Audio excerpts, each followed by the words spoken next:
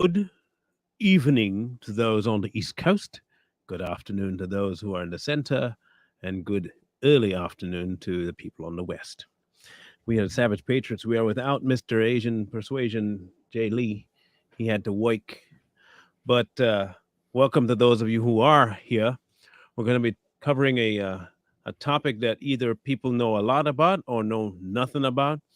And in both cases, I think it's important that we cover this. So, and what better people to cover than the people who will hold no punches and tell you whether or not it's either legit or not than us. So, first order of business, we have a video I want you guys to take a gander at real quick, and we'll be right back. Hey you, would you like Too Strong to promote your product or your social media platform? We have over 200,000 subscribers and followers combined. We'll promote your product or channel in the beginning of our live show.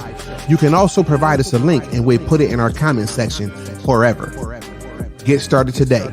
All you have to do is email us at toostrongpodcast@gmail.com. Any and all promotions are subject to approval by Fair Media. Oi! All right. So, with that out of the way, we shall be discussing the Willie Lynch letter.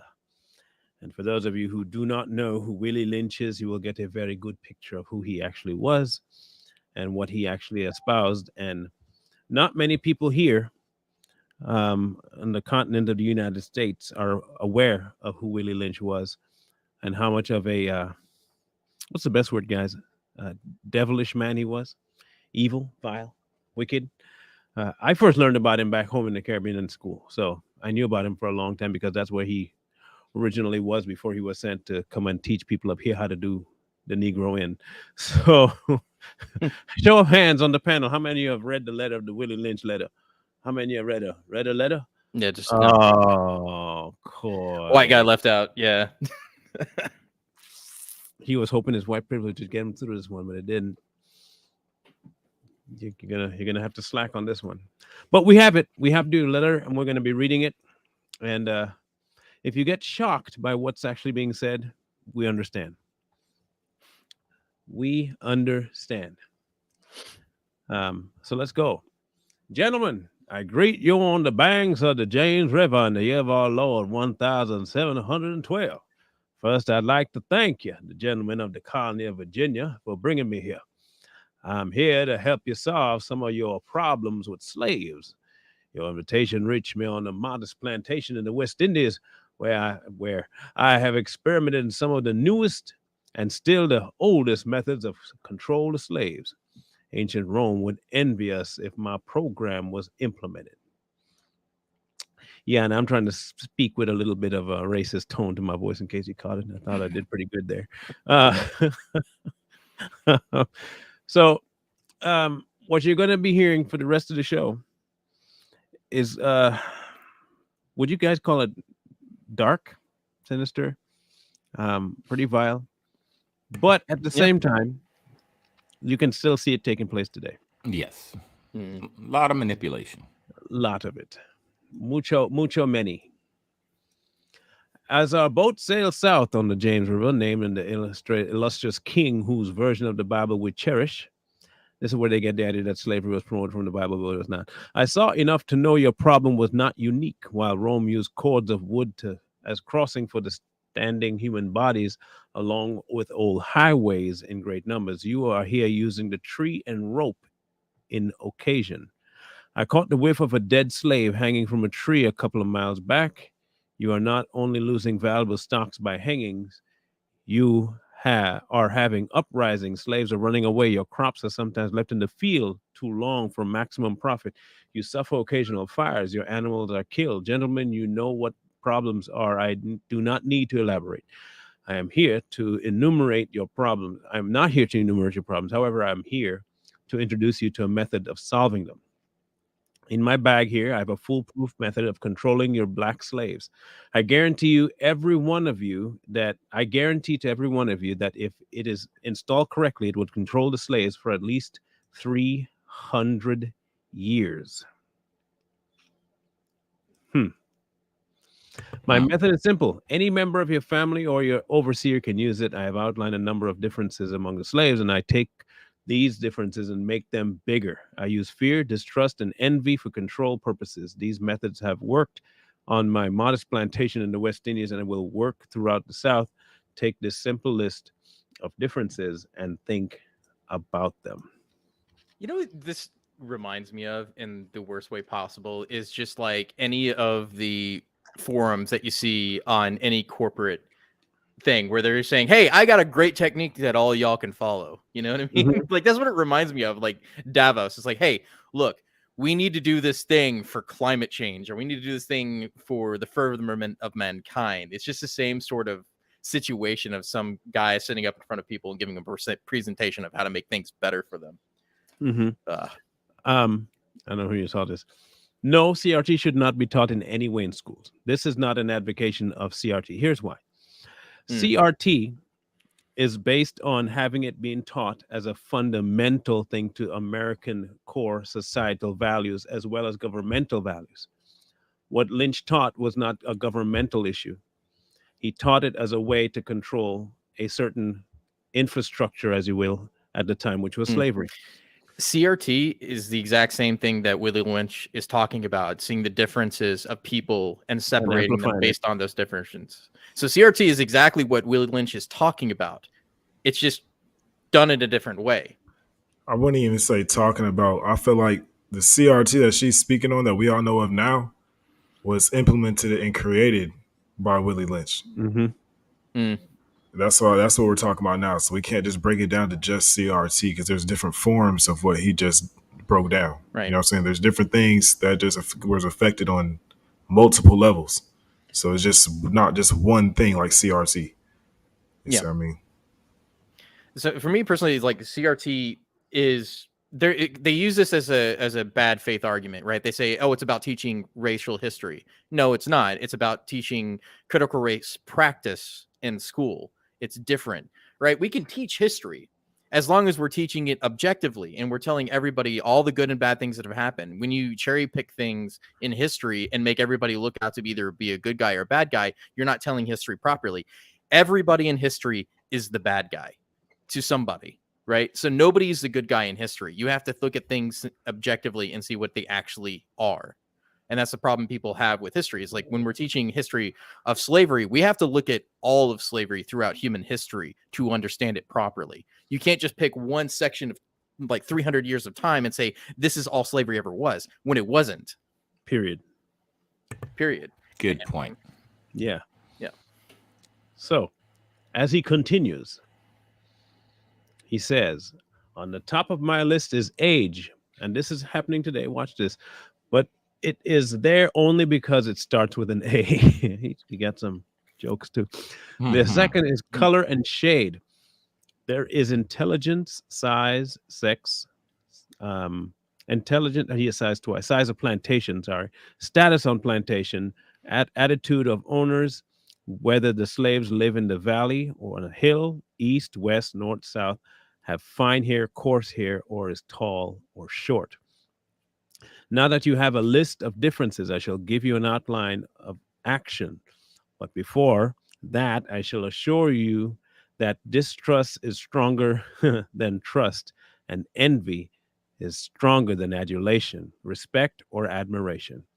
The black slave, after receiving the indoctrination, shall carry on and will become self-refueling and self-generation for hundreds of years, maybe thousands. Real quick. Now, mind you, remember, this is pertaining to slaves. I want you to understand there were many slaves that broke free and left the slave mindset behind. And on them, this had no more effect. There are many, however, that did like the bear experiment in the cage. There's a bear, they said they had a bear, and it was like a 20 by 20 cage that he was kept in for, I think, about 20 years, 15 years, some nonsense, big number. Put him out to pasture, no more cage, and all he did was wander in that 20 by 20. He had become conditioned to just be in that little square the whole time, even though he saw, a massive field out in front of him. He no longer had the urge to go do anything. He had been conditioned to walk in that 20 by 20 square. You'll see that today. Now, is it saying that freedom is not available? No. Is it saying that there's no possible way you can get the freedom that you're placed in? No. It's just saying that your blinders have been on for so long that you no longer believe that you're free. And that's what Willie was banking on. Any thoughts on the last part we just read? No, it's clear cut. All right, yeah. Clear as night, right? Clear as day. Yep. Okay, is it up? It's up, yeah. Don't forget, you must pitch the old black male versus the young black male. That's happening today. And the young black male against the old male. You must use the dark-skinned slaves versus the light-skinned slave. That's going on today. Yes, it is. The light-skinned slaves versus the dark. You must use the female versus the male. That's happening today. And vice versa. You must also have your white servants and overseers distrust all blacks. But that is necessary. That portion right there.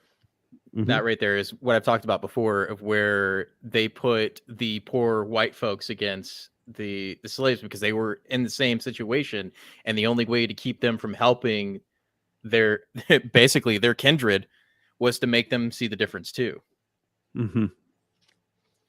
But it is necessary for your slaves trust and depend that your slaves trust and depend on us. They must love, respect, and trust only us. Now, listen, I don't mean to pick no fight. I really don't. I don't mean to pick a fight. Truth. But isn't that liberal mindsets too? If you stray off, you get put back in your same exact concept, man. All right. Marxism 101. You know, that's the Willie Lynch letter is an early form of Marxism. And everything that's said in that letter now has been passed down from generation to generation mentally. And we continue to do it today. And it's not just the Black community that does this. It's all communities that practice this. So as we continue, I want you to self-reflect, Blacktivists, and really think about what you're saying and what you stand for as we read this letter. Real talk. Real question here for the panel. With this so far, the amount of knowledge we have so far, and this is more so of a proof I was thinking about this, Coy. History is gone, but usually the present either proves history right or wrong. Yeah. Okay.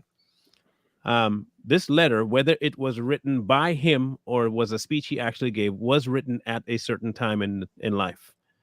All right. Yeah. So that much we know.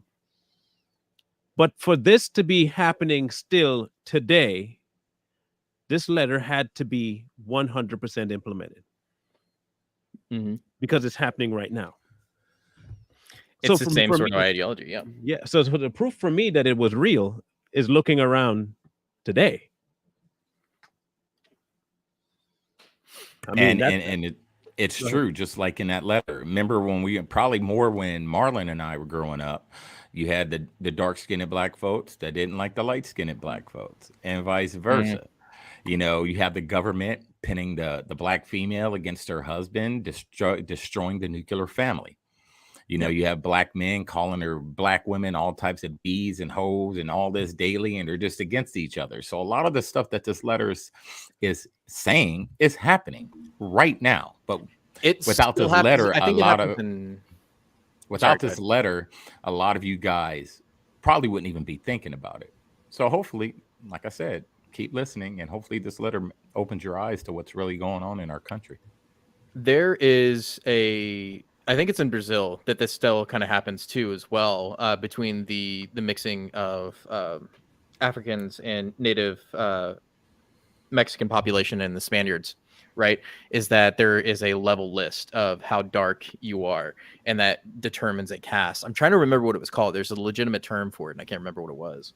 Maybe somebody in the comments can remind me. Well, they do it back home too.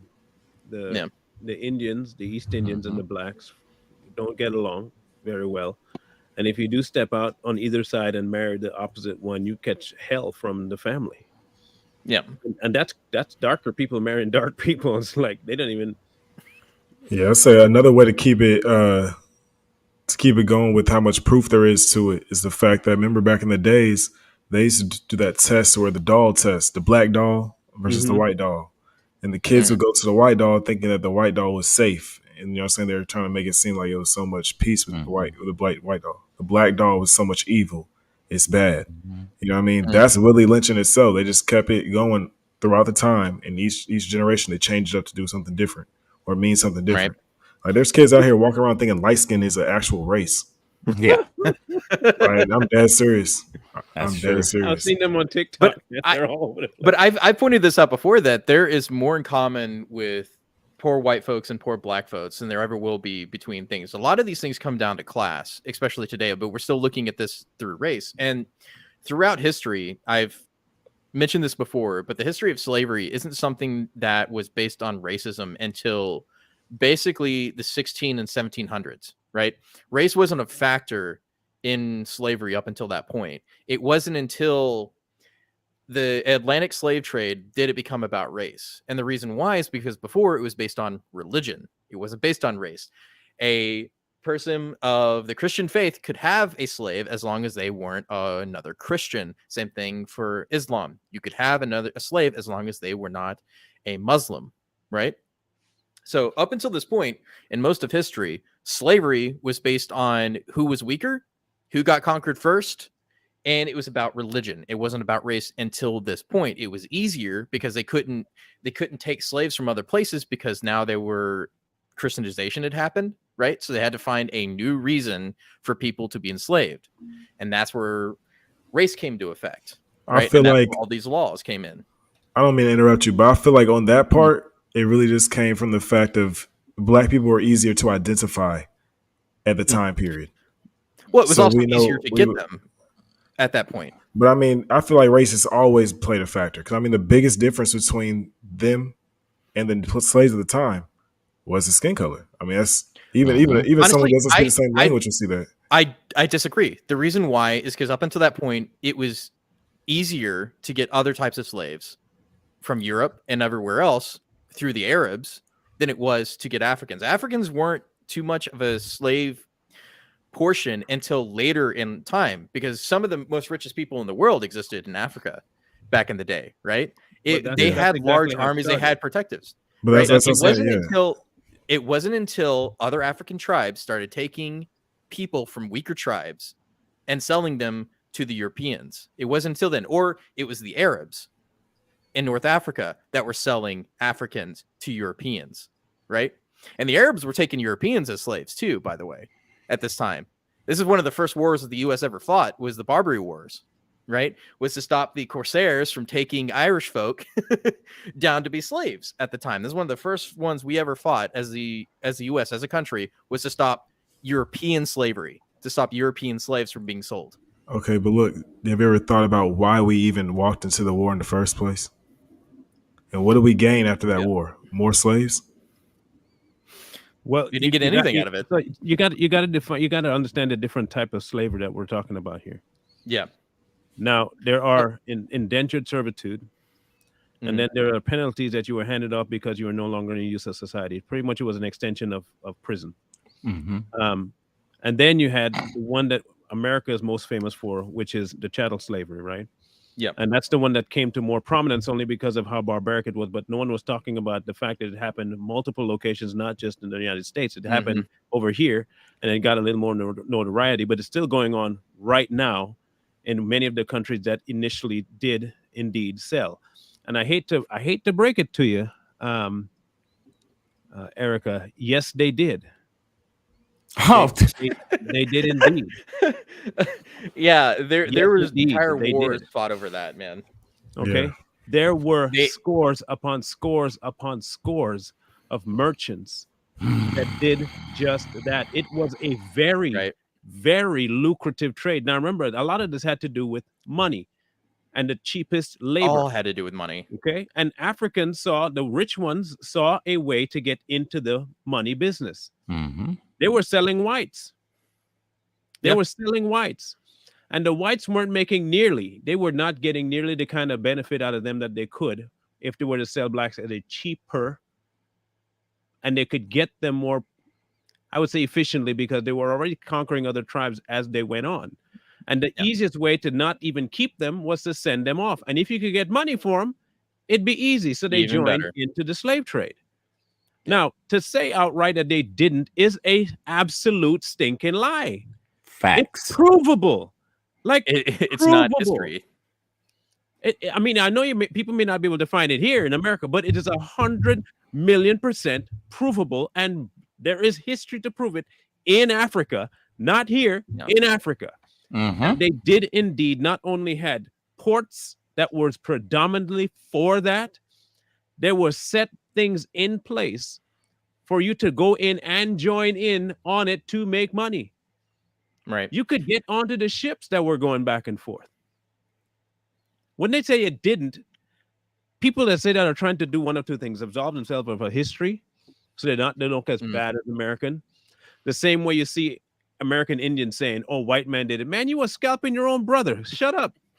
No, they also owed slaves too. You can't forget that. The Native Yeah. Americans were also involved in the slave trade, and people tend to forget that. Everyone was. It was lucrative. That's right. It was money. A business. It was money. It was, instead of currency to buy machinery or a cow or a mule, it was money to purchase manual labor from humankind. That's right. And here's the thing that people tend to forget. You think like this idea of like Europeans just went to African coast and just started rounding up black people. That's not how it worked, right? The viruses and things that other like existed at the time, they couldn't go into Africa for a long period of time because it would die, right? And also to these ship owners and these merchants, the folks that were on that cruise ship were worth less than the people they were picking up. They couldn't care less if they died. They needed to keep the slaves on that ship to where the report was going, where they weren't getting paid. Thank you, Wendy. Thank you. And to Erica, just make sure when you come on here trying to talk falsehoods, just know that we're all very well informed on what we're talking about. So we wouldn't get up here and just talk about it. Trust me on that. The Caribbean had a massive amount, in case people didn't know, because here's a big falsehood I keep hearing. How are they going to sustain slaves from going all the way from the coast of Africa to inland America? There are spots you can stop before you get to mainland America. And there are multiple ways for you to pull people from below deck to keep them all from rotting away, just like you would any other produce. Okay, there was multiple ways to do that.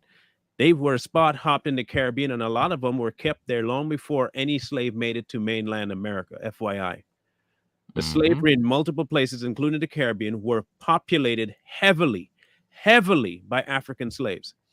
When they got there, this is why Willie is so important, because that's where he was doing his groundbreaking work. When they got there, a lot of the trading that happened, not only between the continent of Africa and America, there were tons of intertrade between the Caribbean and America. They were sending slaves back and forth at points. Produce for slaves and slaves for produce. They needed something up here: sugar cane, bauxite, aluminum. Give me some of that product, I'll send you some slaves. It happened everywhere. And it was a known trade. Big business. Big business. Like I can go home right now and go to the museum, and they have ledgers still of all the ships that came into port. And I'm talking about fragile pieces, ledgers of written names, written amounts, and the bodies weren't counted like people. They were counted by as though they were produce in a total amount of bodies. You can see it in black and white, and well, now it's more like black and like sepia tone and yellow because it's all faded, but it's there. It's irrefutable that they did indeed carry it all the way from Africa. Now, mind you, it was not all from the Caribbean and not all from Africa. There are multiple other places that slaves came from, but to say it didn't, and blacks didn't sell blacks into slavery, is a complete fallacy. 100%. It hides away from the truth, but this is also some of the problems with CRT is that they don't want to teach that dark part of the history, is the fact that that trade was something that was global. It wasn't something that was just isolated in the Americas. It was everywhere. Everybody was involved in it. True. 100%. Gentlemen, these nits are the keys to control. Use them. Have your wives and children use them. Never miss an opportunity. Use intensively for 1 year. The slaves themselves will remain perpetually distrustful. Thank you, gentlemen. Now, this was another one by Black Arcade Libertarian Liberty 1970. It was in the interest of the business of slaveholders to study human nature, and the slave nature in particular, with a view to practical results, and many of them attained astonishing proficiently in this direction. They had to deal not with earth, wood, and stone, but with men, and they were, and by every regard they had known for their safety and prosperity, they had need to know and material on which they work. They were to work. Conscious to the injustice and wrong, they were very. That doesn't sound right at all. Conscious of the injustice and wrong, they were every hour perpetrating and knowing that sentence isn't right. There's missing something there. I'm trying to figure out what it's missing. It's missing a comma. Perpetrating and knowing what they themselves would do. Were they the victims of such wrongs? They were constantly looking for the first signs of dread retribution. They watched, therefore, and skilled and practiced eyes, and learned to read with great accuracy the state of mind and heart of the slave through his sable face. And I'm, in case people don't know what he means, you can tell when you've broken someone's spirit. Just looking at them, how they move, how they react, you know when you broke them and when you have got them under your grasp. Unusual sobriety, apparent abstraction, sullenness, and indifference. Indeed, the mood out of the common way afforded ground for suspicion and inquiry. So the question here remains this. If we can look at history and see that there were seeds planted within the colonies of those who owned slaves. Now, mind you, again, I have to keep going back to this. This method was not placed over everyone that was black. This was placed by the slave owners. And not every slave that was owned was black. But the problem is that the blacks were the cheaper of the labor and also the strongest of the labor. We can admit that much. They were the best tool for the job. And to keep the tool working, you had to create environments in which the tool would listen to you. Yep. In this case, fear. Removal. Throughout history, they've always been worried about slave revolts. That's the reason why the divided rule idea works so well, is that you do not want slave revolts. That's the thing that they have to look out for, is that if you break people too far to a point that they organize together and rise up, then you get slave revolts. That's why you have to break that cycle of being able to organize and keeping people separated from each other. Yeah. And it happened. Remember now, Haiti was the first. Okay. The rest of the Caribbean quickly followed suit. It is why you have very little grasp of white culture in the Caribbean. We booted that stuff out. A lot of us are still under the Queen. There's quite a few still under the Queen. They're not republic yet, but they're independent.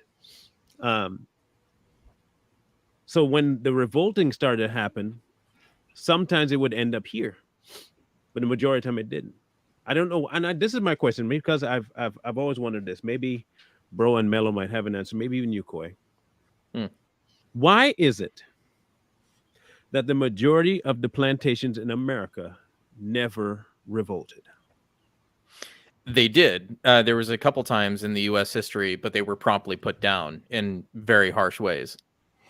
And there could be other factors in there. Some of the plantations actually treated their slaves, semi-decent. You know what I mean? Some of them.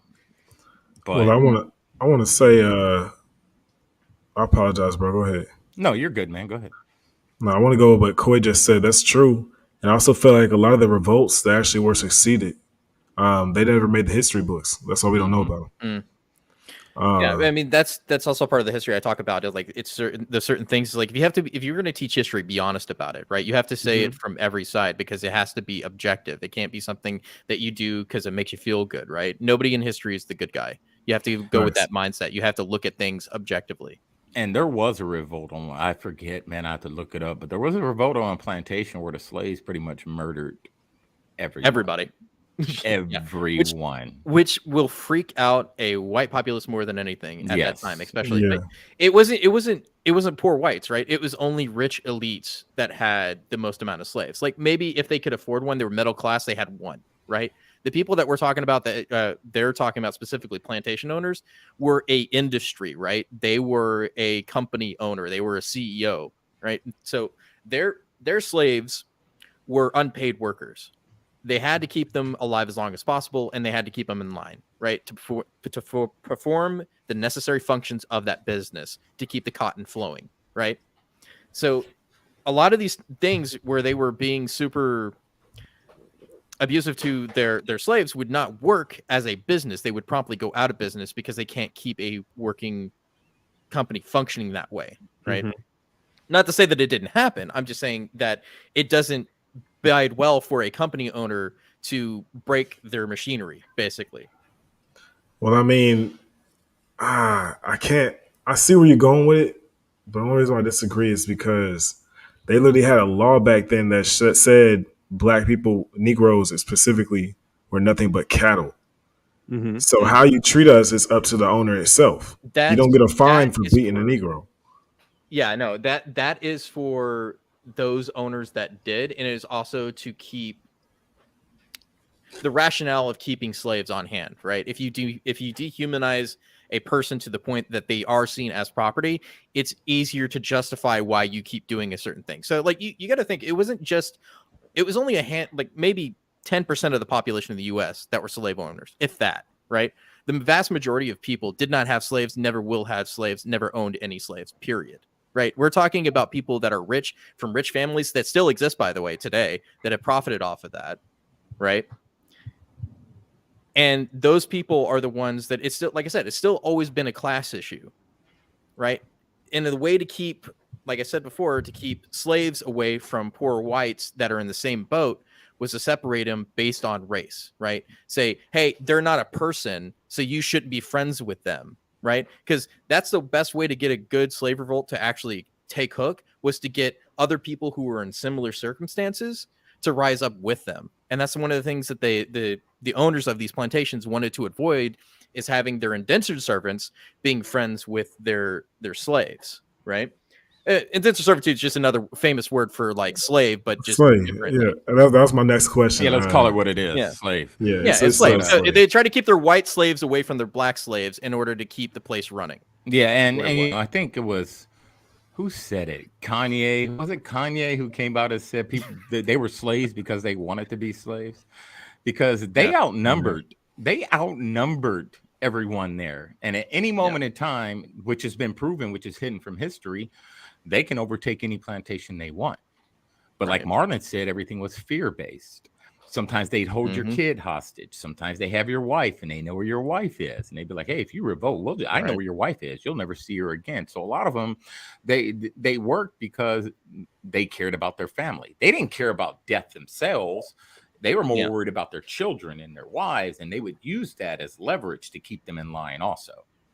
Right. Which is a real big credit, especially in that time where jumping the broom was such a big thing. Like the black family was still strong even under slavery. It wasn't until much later, until the 60s, is when it started to break apart. So hold on, you guys. The funny thing about the family thing is, in slavery, you had men being separated from their mother, men being separated from their wives, kids, mothers being separated from their kids. Everybody going to different plantations. You see what I mean? There was no family. The family was a unity that you seen with a skin color that you also see picking in the fields with you. You know what I mean? So what Willie Lynch successfully did was break that unity in itself, where you can't even trust the next person next to you that's the same skin color as you. We see that nowadays, like literally, Marlon and bro, I know you guys can picture this too, that every time you go into a shop and you see other black people, most of the time they're more hostile to you then someone else would be of a different race. You see what I mean? That's Isn't that true? That is very true. Why? That is very true. I think Easy to know why. Chris Rock made a joke about that recently, right? With Meghan Merkel about them. It's like that wasn't racist. Them asking how dark the baby was going to be. That's what black people are wanting to know too. And you So, see like, it, you I know know, that's and pretty- you see it in politics. I mean, you know, what Willie Lynch accomplished. I mean, we're seeing it now. You know, Willie Lynch talk about the light skins and the black skins. Most of the time, where were the light skins? In the house. And then the dark skins were in the field. Why were they in the field? Because the amount of pigmentation in their skin, they could be out in the sun a lot longer. You know, and then what do you think? One of the field people looked at, they looked at this light-skinned house person in the shade drinking lemonade. They turned on him. You know, and you see it today. It's a mindset. And he was successful in what he did. And he said generations and generations to come. So that was also the same thing with white slaves in Irish being taken by Arabs and the Corsairs, is they wanted them because how light their skin was. They were literally taken for that specific reason, especially for their harems in the Arab nations. They wanted to give them to their sultans because they were used as sex slaves. It's What the was that, Marlon? identification. the number, anyone know what percentage of Americans, white Americans, because they were black slave owners, what percentage of white Americans own slaves? And I'm going to give let's say early 17, let's go to 1790 to about 1890. Let's go 100 years. What percentage of Americans, white Americans, you think own slaves? I'm gonna say 1%. 1.8. I that's probably a good guess. I was going to say between 5 and 10% is my I mean, estimation. you got to look at the amount of people that were wealthy. They That's had true. They had 1%ers back then too, and then it wasn't the whole United States. It was only a portion of. But I'm thinking of not just like the large owners, but like the one person owners. Like they maybe have one slave. Then I would say it goes up to 5 to 10% from there. Well, you had to have money to have slaves. So. Well, think about this: That's slaves true. are probably I'm like saying guns. middle class. You don't have to register them. Slaves are probably like guns too. You think you're going to register your slave? Like, Well, nah. here's the thing. You you would. have to because you get You hit would. with tax evasion because they Yeah, were taxed. you get, and you If also. they find you, Well, here's the thing. The reason True. why you would want to is for prestige. Mm-hmm. Yeah. You listed the amount that you had so that your plantation could yield more of the people coming to buy cotton from you. If you had a mass amount of slaves that were contributing to your plantation, you were making more money because it'll help you to report. Say, oh, look, I have almost 500 slaves here. I could produce cotton in no time flat. That reminds me about good cotton. point. Okay, so here's something that people tend to forget about the Civil War, by the way, is that the English helped the Confederates because they were their source of cheap cotton, right? So even though the English got rid of slavery, they still benefited from slavery well until after the Civil War because they were still buying the cotton from slave owners. That's crazy to me. Just so you know, a little bit of history for you. Okay, so what was the population? Around that time Mm-hmm.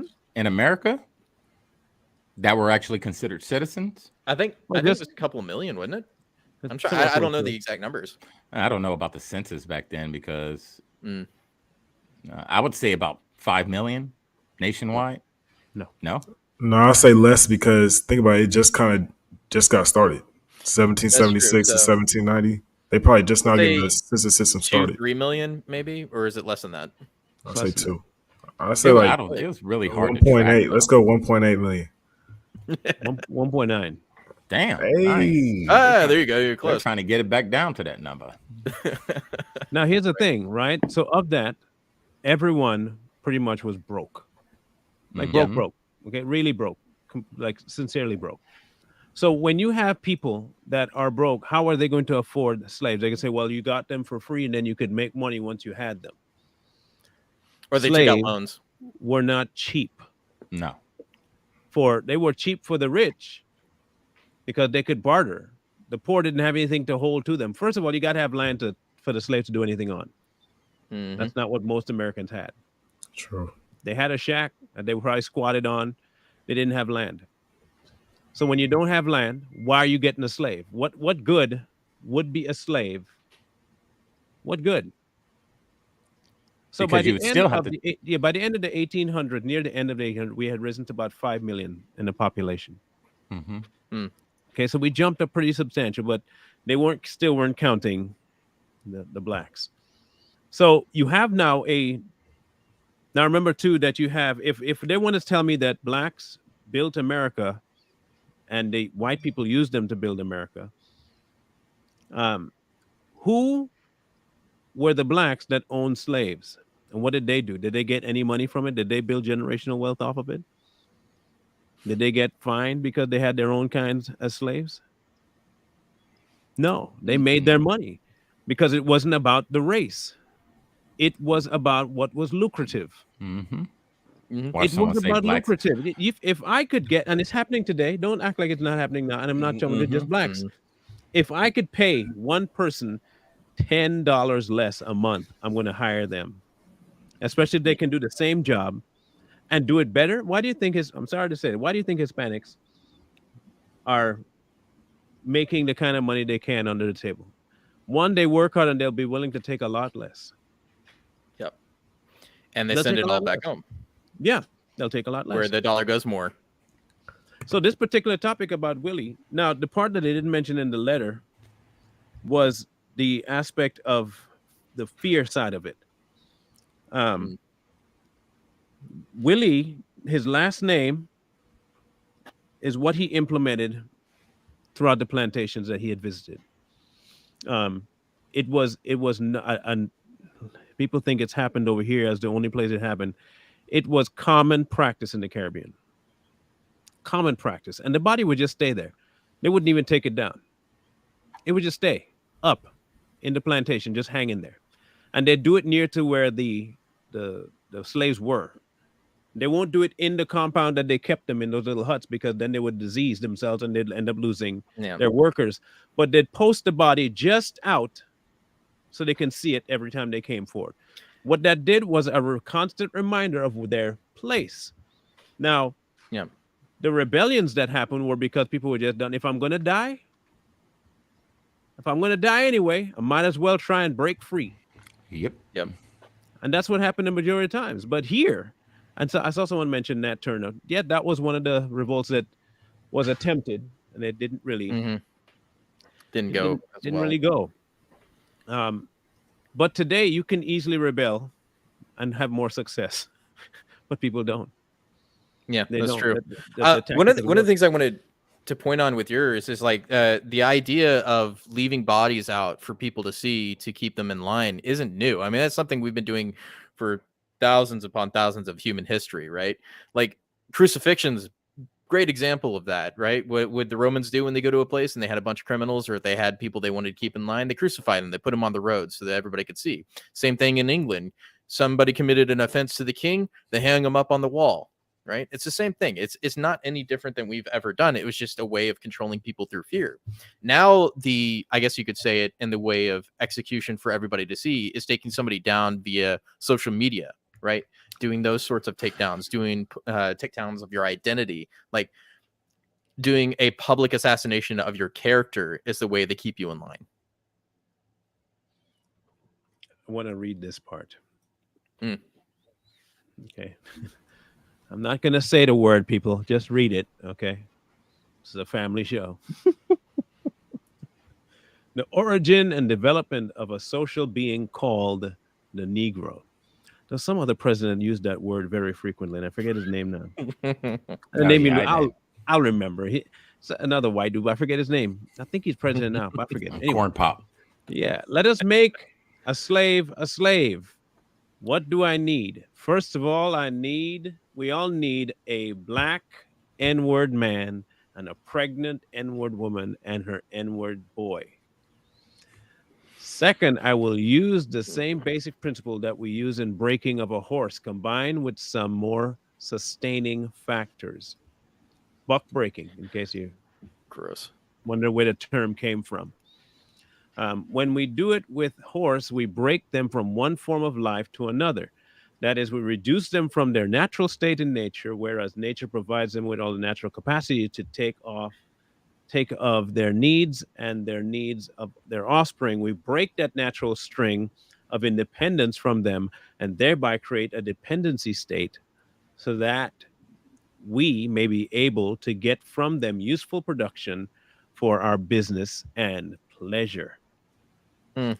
They call that I call that the Nike syndrome. Yeah. It's the Nike syndrome. I got my shoes. I got this. I got the other. I got it all. I don't. Mhm. And now the family ain't together. But hey, know what? I get what I get, and I'm getting it because it's for pleasure. I got it. Yeah, there was a lot of ways they would try to break them. Like, there were, from what I understand, there were already blacks living here in in North America, and a lot of those blacks couldn't communicate with these Africans. So they put them up. They put a lot of them together when they sold them, so they couldn't communicate with each other. And then the blacks that actually did speak English started teaching these Africans English, and that's where a lot of them learned the language. Mm-hmm. So I mean, that was that's a way to break the spirit when he separated them from their family. I mean, anybody, you're standing there with your wife and your kids, and they snatch your wife up and send her off and send your kids off. That'll break a man. Yeah, that'll break you. So will. And they became pretty much what they were meant to be, a slave. And like I said, they would threaten them. You ever want to see your wife again, boy? You better do as I say. And what do you think the slave would do? They would do anything to see their family again. Did they want to? No.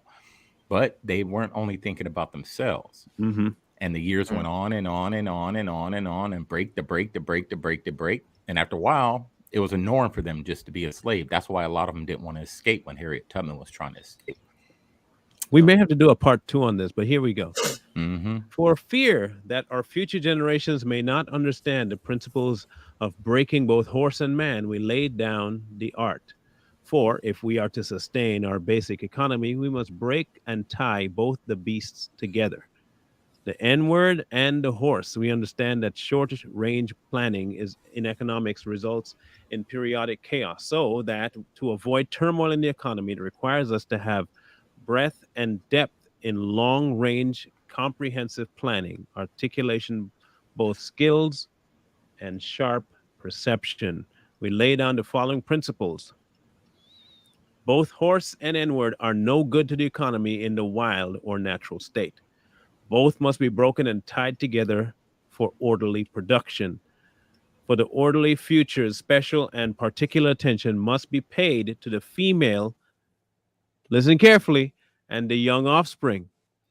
Both must be crossbred to produce a variety and division of labor.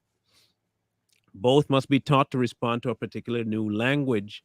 Psychological and physical instruction is containment must be created for both. Crazy stuff. Does anybody else get grossed out whenever the word sustainment comes in? Because like all I think about is the left sustainability practices every time it's said. Is like we have to do it for sustainable production. Sustainable production, like it's coming out of Davos or something. It's like we got to do it to maintain the economy and sustainability. It's gross. We've tackled this before on the mix, Mellow. This particular one right here. Where is it? Here, that.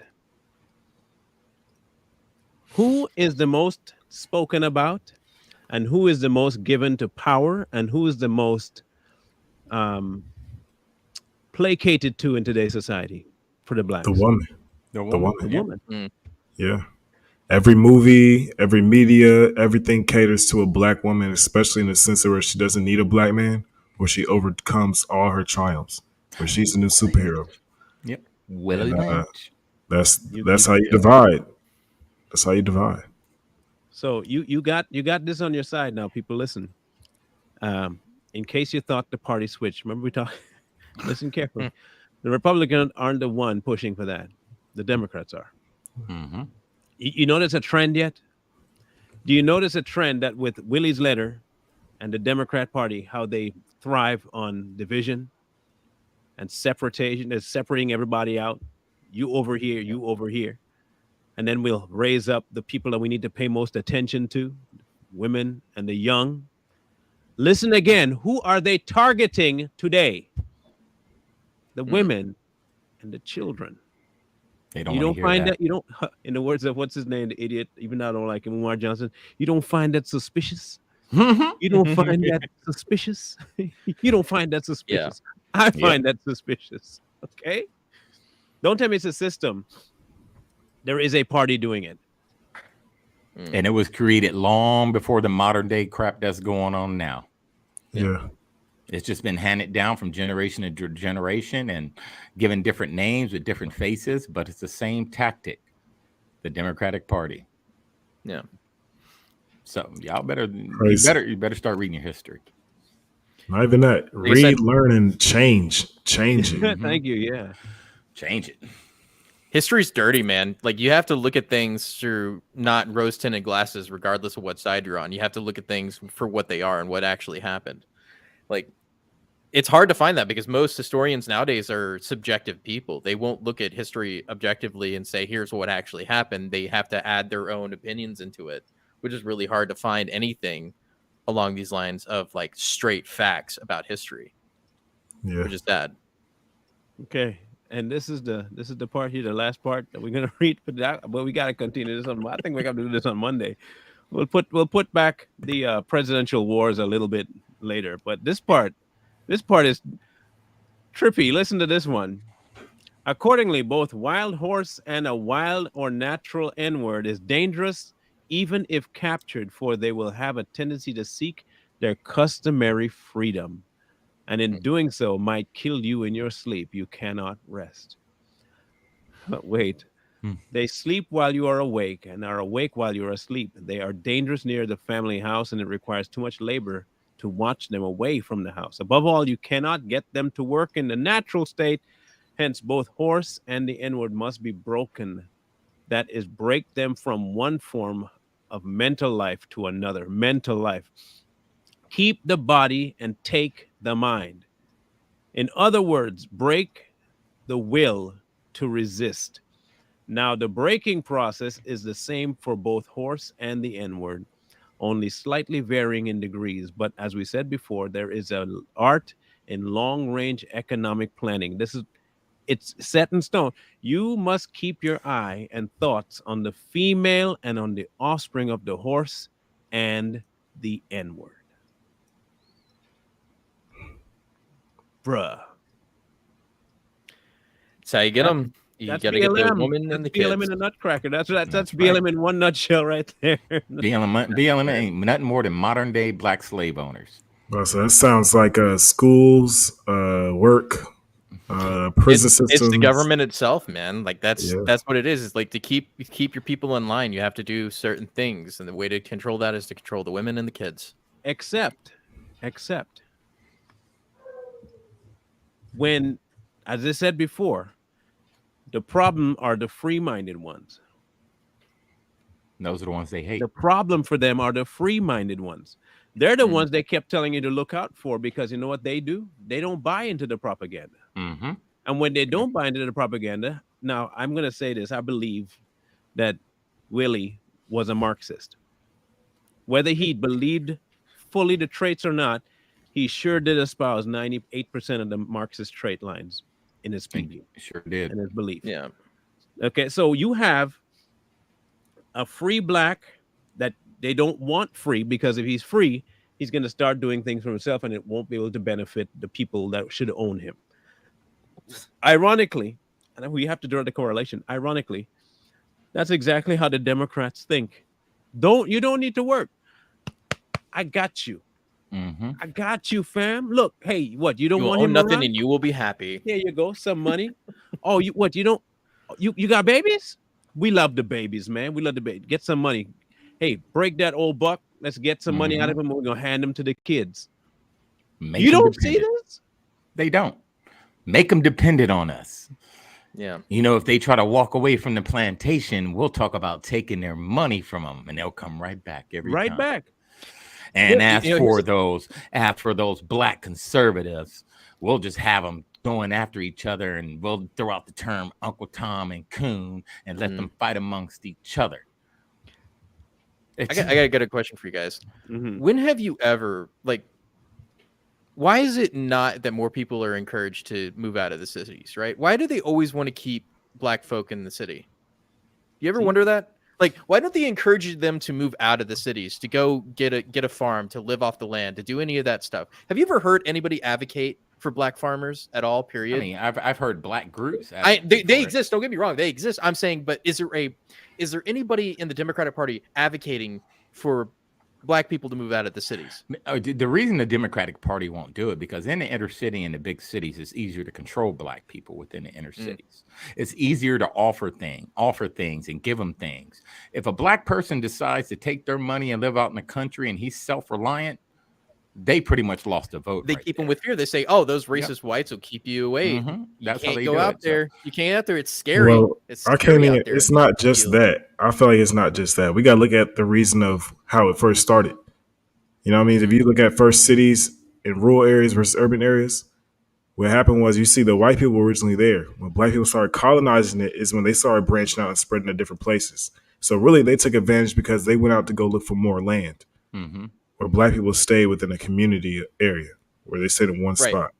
You know what I'm saying? Then eventually it started turning that spot into something more like a trap to where they put certain stores in certain places, makes you even more identifiable to let you know which part of town you're from or one high school over here versus this high school, one color over here, one color over there. And it eventually starts the same Willie Lynch a process right inside the middle of the city. Yeah, and they do things like, well, we can't have them leaving, so what can we do? We can put Section 8 housing there and say, this is very cheap for you to stay here. You're not going to find it anywhere out there this cheap.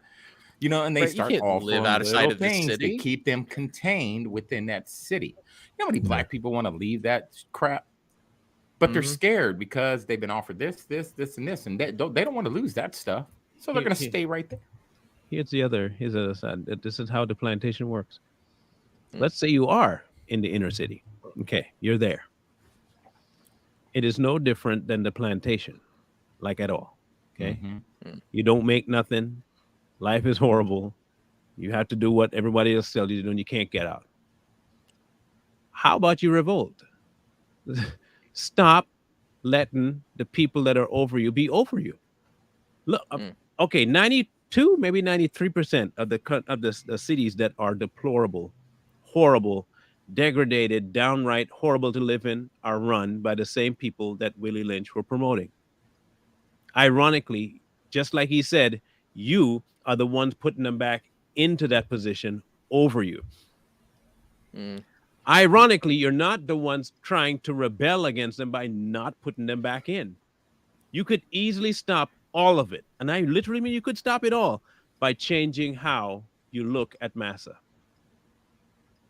That's true. And that's what they are. I don't want to sound mean, but when you kowtow to the same agenda for the last 70, 80 years, and you don't see a change, something is telling me that either you are content where you are, or you don't think that you have the right to fight back.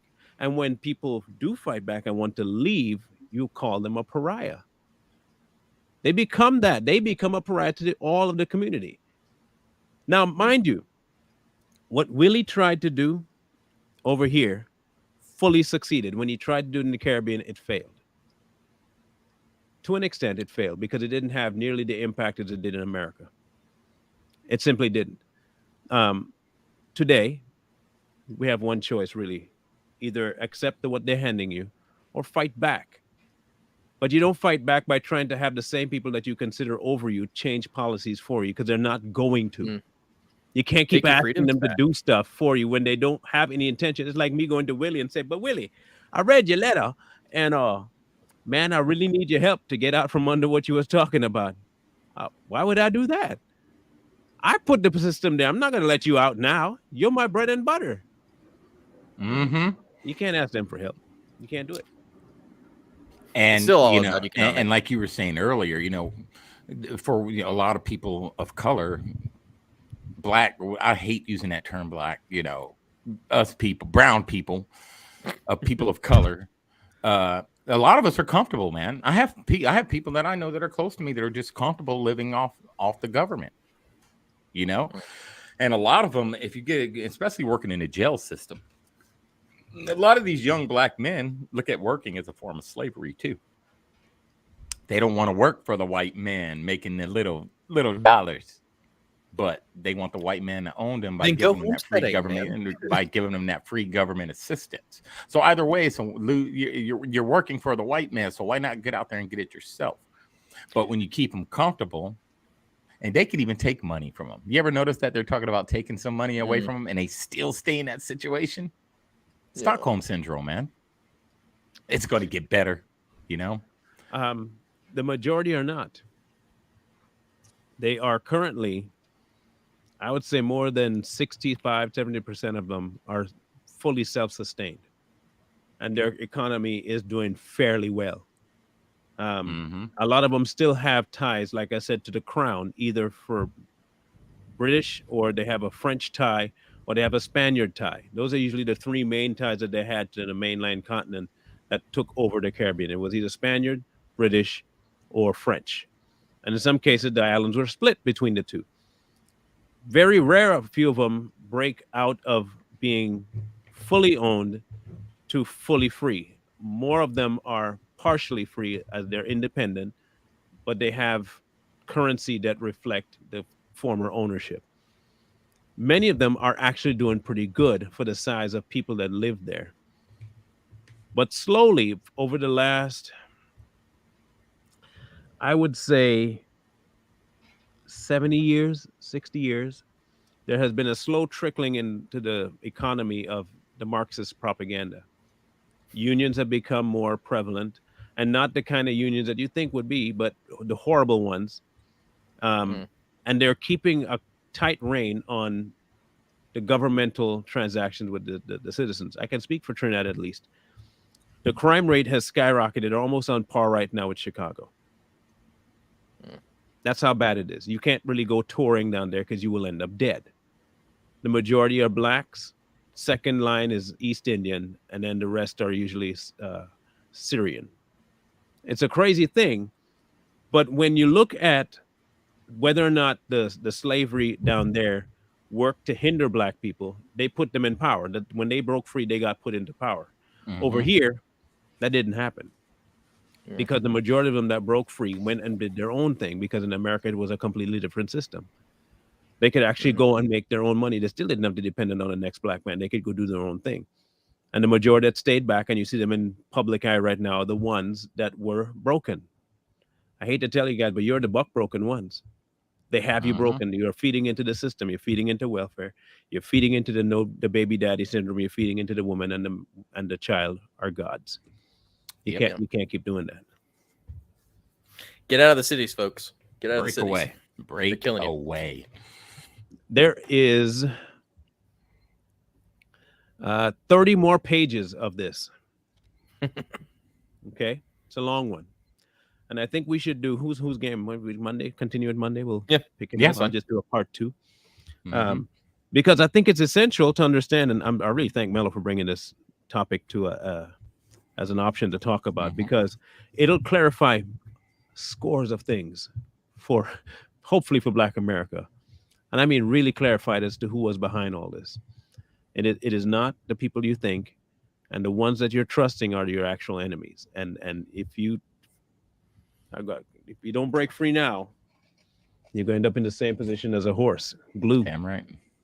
Mentally broken. Glue. Stay tuned. We'll be right back. Hey you, would you like Too Strong to promote your product or your social media platform? We have over 200,000 subscribers and followers combined.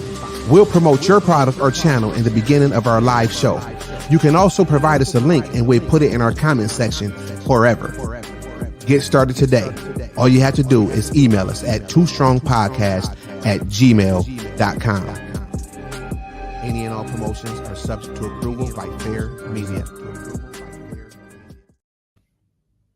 Here you go. Make sure if you guys have products, things you want to share, write us. Too Strong, Fair Media. We'll get you planted in there so you can get some good stuff and your money rolling in. You know, we got to support the small businesses. Okay.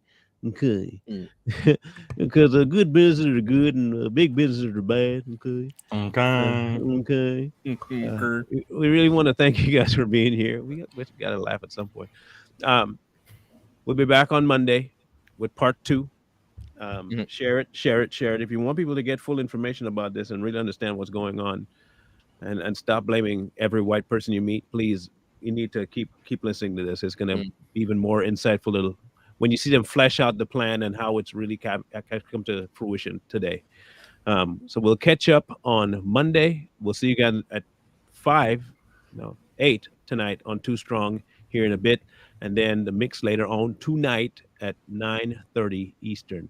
Until then, this is the mix signing out. Peace.